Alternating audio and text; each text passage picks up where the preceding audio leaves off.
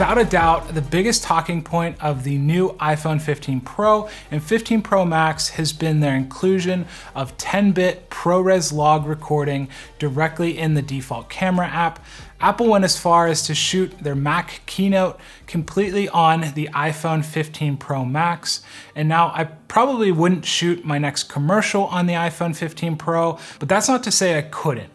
And that is some very high praise for phone footage that just a few years ago looked like this.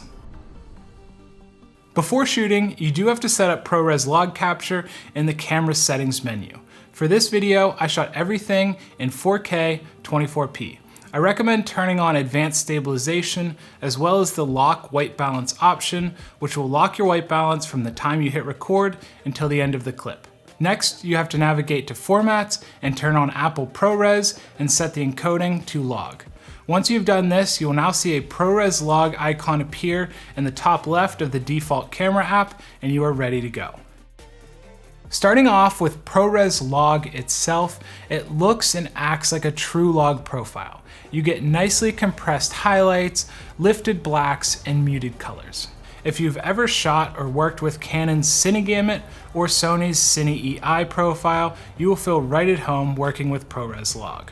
For those that want to use a color space transform LUT, Apple does have one available, but it's pretty hard to track down and requires an Apple developer account to access, at least at the time of this recording.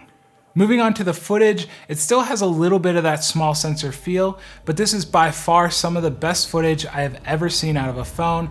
What immediately stood out to me was just how much dynamic range Apple was able to squeeze out of these tiny little sensors.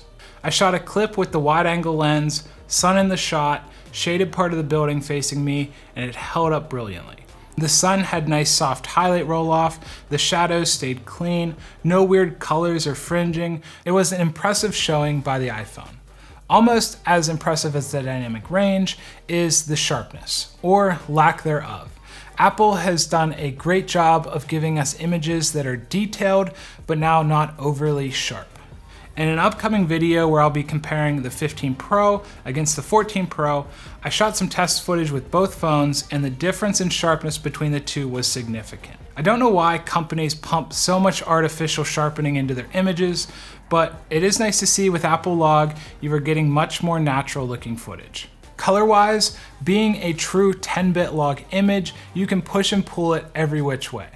With the Apple provided transform LUT, you get what I would consider an accurate image and a great starting place to make additional tweaks and color adjustments. I was able to adjust the luminance, white balance, hue, and saturation, all without any banding or artifacting. The more I worked with it, the more I forgot this was footage shot on a phone. It really does look and feel like footage from a much more expensive camera. Now, the low light is good. I thought that in near pitch black circumstances, the phone produced images that were quite noisy, but usable. A quick pass with some noise reduction, and you could certainly use this in a pinch. When I moved to an area with better ambient light, the image still had a little noise in the sky, but the brick and foreground remained quite clean and usable. Back to the dynamic range, I think the phone deals well with these extremes, like bright string lights against the night sky. Something I wasn't aware of when I started shooting was if you want to shoot in 4K 60p in log, you need to plug your phone into an external SSD. This allows the SSD to work sort of like a memory card, and to Apple's credit, this is a very seamless process. You don't need to set anything up. Simply plug the drive like a Samsung T5 directly into the phone, and the phone will automatically unlock 4K 60p recording and start sending any footage to the drive itself. This weirdly solved one of the other issues I had when shooting Apple ProRes Log: file size. The files this thing produces are massive, and offloading can be a bit of a slow process. Shooting for 2 hours yielded about 80 gigabytes of footage, which took close to 2 hours to offload, even directly connecting the phone to my desktop. Those few quirks aside, for this to be the very first implementation of a log profile in a phone by Apple, this is really impressive.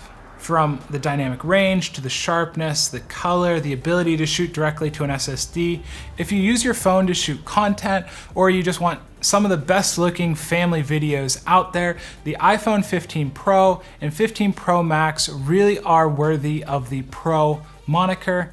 As always, if you have any questions, leave those down below.